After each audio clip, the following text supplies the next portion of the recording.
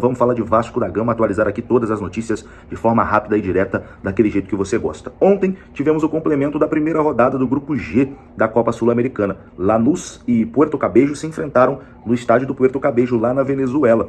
E podemos dizer que foi um bom resultado para o Vasco, né? A partida ficou 2-2. O Lanús, que era o favorito, né, para esse jogo, não conseguiu vencer a equipe do Puerto Cabello, que tudo indica, o Puerto Cabello vai ser a equipe mais fraca do grupo, né? Então, o Lanús tropeçando é um bom resultado para o Vasco. O Puerto Cabello chegou a abrir 2-0 na equipe do Lanús. O Lanús teve um jogador expulso e mesmo com um homem a menos, o Lanús conseguiu buscar um empate ali na parte final da partida e o jogo terminou 2-2. Então, nessa primeira rodada, no grupo do Vasco, todo mundo empatou, né? Melgar e Vasco empataram em 3-3 e Lanús empatou com o Puerto Cabello 2-2. Nesse momento o Vasco é o primeiro do grupo porque fez mais gols, né? E aí a Conmebol coloca o Vasco como primeiro, não sei qual o critério para o Vasco ficar em primeiro e o Melgar em segundo, talvez pelo Vasco ter sido visitante na partida, né? Enfim, o Vasco é o primeiro, o Melgar é o segundo, e o Lanús é o terceiro, o Puerto Cabello é o quarto colocado. Então nessa primeira rodada todo mundo empatou no grupo do Vasco. Na segunda rodada o Vasco recebe o Puerto Cabello da Venezuela em São Januário, na terça-feira,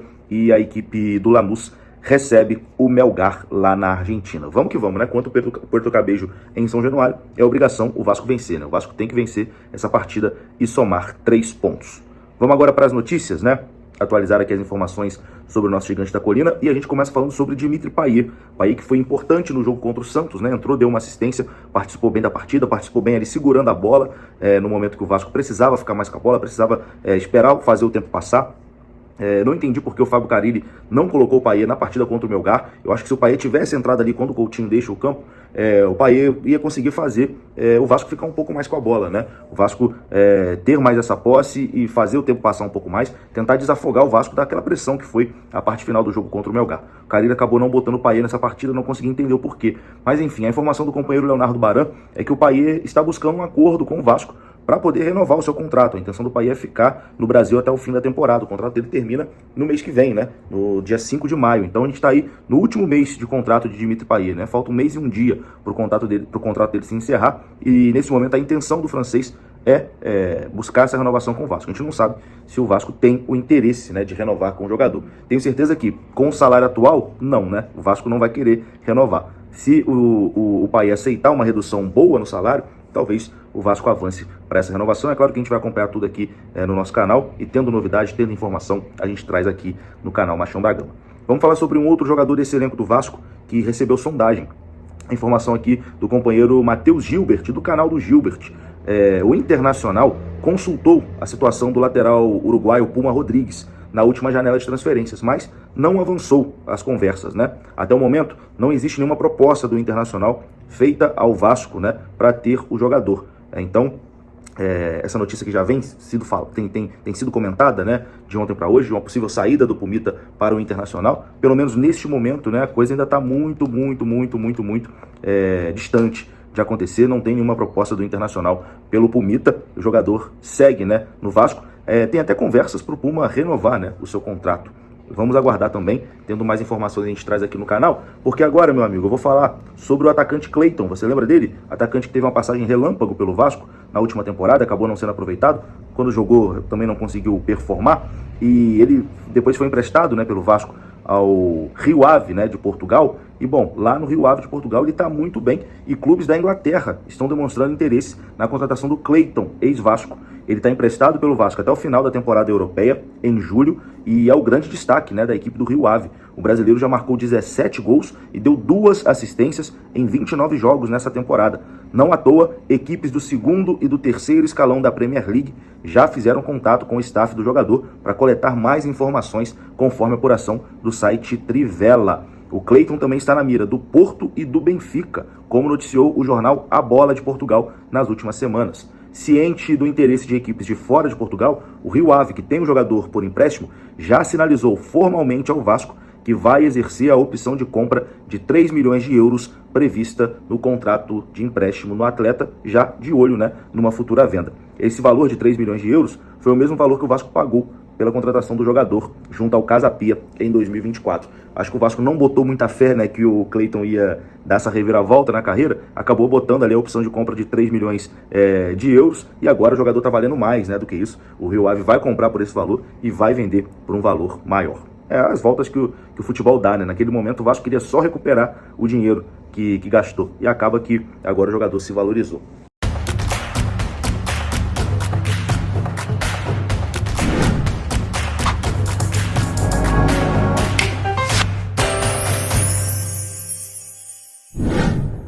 O BEP, que é o Batalhão Especializado em Policiamento e em Estádios, rejeitou o pedido do Vasco da Gama para que a partida contra o Flamengo fosse realizada em São Januário, né? Essa partida está marcada para o próximo dia 19 de abril, jogo válido pela 5ª rodada do Campeonato Brasileiro. E o Vasco, né, tinha por objetivo, como qualquer outro clube do Brasil, mandar o jogo dentro da sua casa. Entretanto, o BEP, através de um posicionamento oficial ontem, divulgou o porquê não permite que essa partida aconteça dentro da casa do Vasco da Gama. Ou seja, o BEP, ele tira das mãos do Vasco a possibilidade de mandar o jogo no seu próprio estádio. Ou seja, o BEP tira das mãos do Vasco a possibilidade de exercer o seu mando. Em nota, o BEP diz assim, olha, abre aspas, a assessoria de imprensa da CSEPM informa que o comando do Batalhão Especializado em Policiamento em Estádio, BEP, se opôs ao pedido do Clube de Regatas Vasco da Gama para que o próximo clássico entre Vasco e Flamengo, previsto para o dia 19 de abril, fosse realizado no estádio de São Januário. A decisão se deu com base nas análises estratégicas da unidade, que apontam riscos à segurança no perímetro e no interior da praça esportiva em jogos desta natureza. Ou seja, né,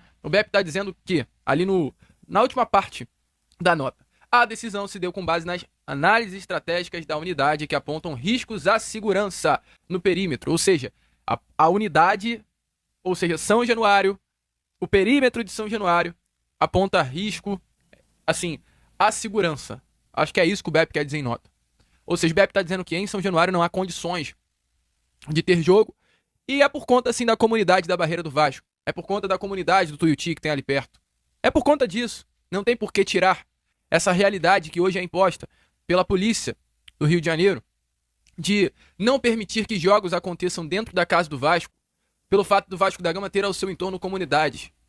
E aí eu gostaria muito de entender o que o BEP utiliza como justificativa, né, para proibir a partida de ser realizada dentro da casa do próprio Vasco da Gama. A questão envolvendo, é claro, sim, é o risco de violência. Ou seja, o BEP, ele nitidamente diz que levando o Vasco e Flamengo para São Januário, é um jogo que a violência vai acabar imperando, e o perímetro de São Januário vai fazer com que essa violência se torne muito mais real. A grande questão e a grande dúvida, é uma dúvida mesmo, tá, que eu tenho, é que essas imagens que estão aparecendo aí a você, elas não aconteceram em São Januário. Essas imagens aconteceram no Maracanã. Então, assim, qual é a justificativa? Esse perímetro, ele fica em São Januário? Porque não fica. Esse perímetro fica no estádio Jornalista Mário Filho. Então, assim, a culpa é de quem? A culpa é do perímetro, a culpa é das pessoas, a culpa é do Vasco, a culpa é da Barreira?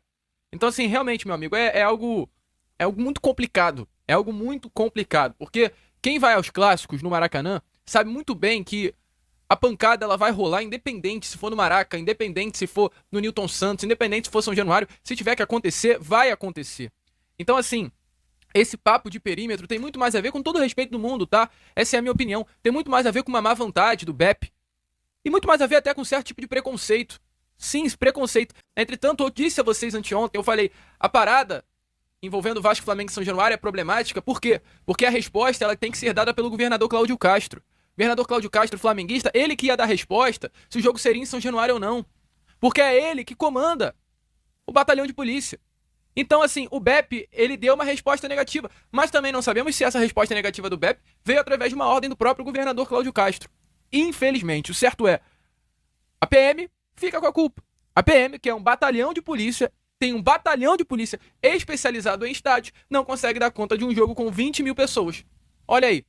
A PM não consegue dar conta de um jogo, ela em nota diz que não consegue dar conta de um jogo para 20 mil pessoas. Então, assim, é definitivamente, meu amigo torcedor vascaíno, muito complicado, é muito complexo. Entretanto, é importante dizer, esse negócio envolvendo Vasco e Flamengo em São Januário envolve muito mais do que apenas uma polícia especializada em estádio. É coisa grande. Esse iceberg, o BEP, ele tá só na pontinha do iceberg. Se a gente começar a desenrolar esse fio, vai sair muita coisa. Sabe por quê? Porque o Corinthians, que vem lá de São Paulo, com o pessoal da Gaviões da Fiel, que é uma torcida super, cara, que não dá certo com o Vasco da Gama, eles vêm lá de São Paulo, pela Dutra, entram em São Januário e a polícia consegue fazer a escolta sem nenhum problema. A polícia consegue realizar um esquema de escolta para dar segurança à torcida do Corinthians e impedir o confronto com a torcida do Vasco, que ambas não se dão. Então o BEP ele consegue fazer uma escolta perfeita para o Corinthians, para os torcedores corintianos, mas não consegue dar conta, não consegue fazer um esquema, né, para que os torcedores do Flamengo cheguem ao jogo. Eu não consigo engolir isso não, gente. Então assim, eu acho que envolve preconceito, eu acho que envolve muita coisa, mas também envolve aí ordens superiores para que essa partida não aconteça em São Januário. Sim, ordens superiores. Mas é triste saber que Vasco e Flamengo não acontecerá no São Januário, em São Januário, por conta aí da postura do BEP. Mas deixa aí, é claro, a sua opinião nos comentários.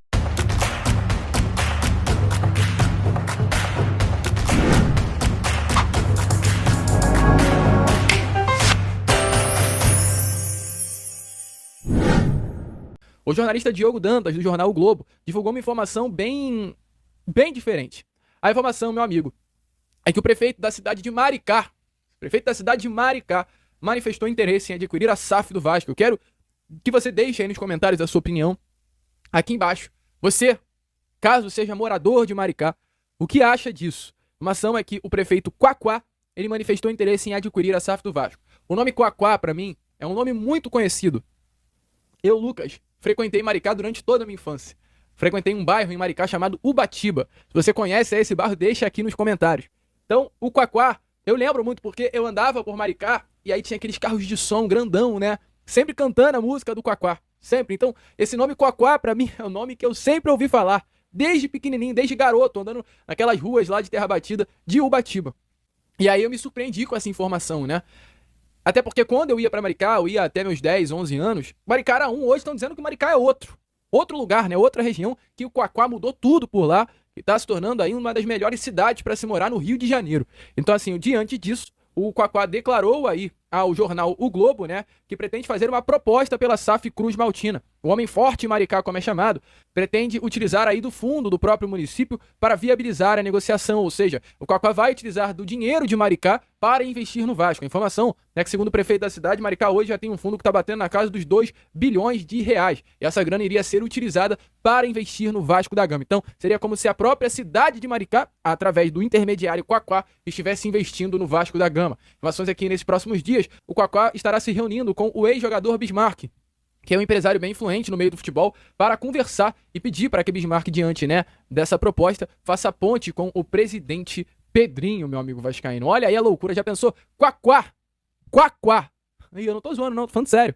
Quaquá, o novo responsável pelo futebol do Vasco da Gama, o dono do Vasco, sendo Maricá. Ou seja, o Vasco sendo um clube de Maricá, de fato. Deixa aí a sua opinião nos comentários. Tem coisas que só acontecem com o Vasco, né? O que você acha de toda essa situação? Coloque aí que eu quero te ouvir.